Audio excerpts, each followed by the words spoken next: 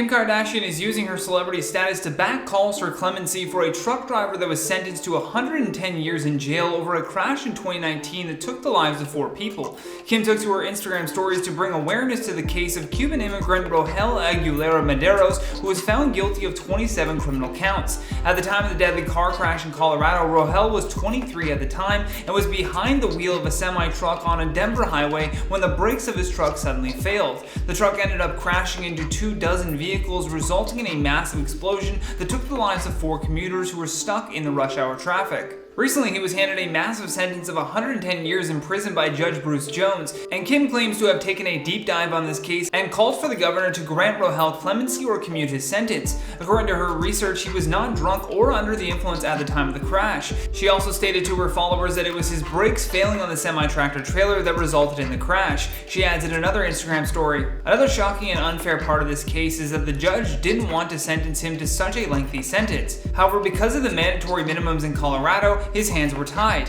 Mandatory minimums take away judicial discretion and need to end. Colorado law really has to be changed, and this is so unfair. The governor is a really good person, and I know he will do the right thing." Kim, who recently passed California's first-year law students exam, or the baby bar as it's referred to, is already putting her knowledge to use. I know a lot of people like to hate on her for trying to become a lawyer, but what would you rather she be doing? I think it's a good thing that she just wants to use her celebrity status for more than just selling beauty products or making more reality TV shows. She's actually trying to have laws changed which could help people avoid ridiculous prison sentences like this one in Colorado. Not to mention, she also exposed the prosecutor. In another Instagram story, she writes, "Another shocking part of the case is this post by the prosecutor after his conviction. 4 people died in this tragic accident. Rohel has a life sentence for the accident, which will not only destroy his life, but it will also impact his wife and son's life. And yet for some reason the prosecutor thought it would be funny to post a photo of a brake shoe trophy she received from a colleague with a plaque?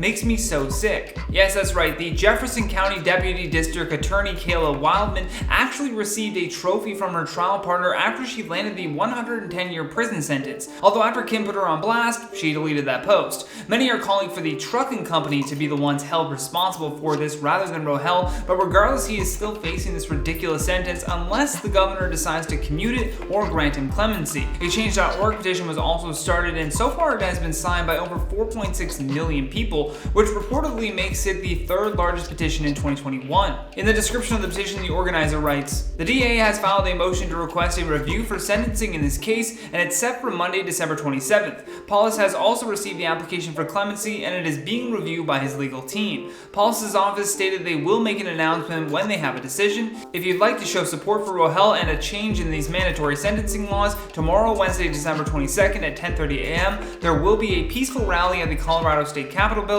If you go, please keep in mind the reason you are there, as well as the feelings and emotions of everyone directly involved." But I'd love to hear your thoughts on all of this, because that's all the time that we have for today. So stay classy, and I'll see you on the next one.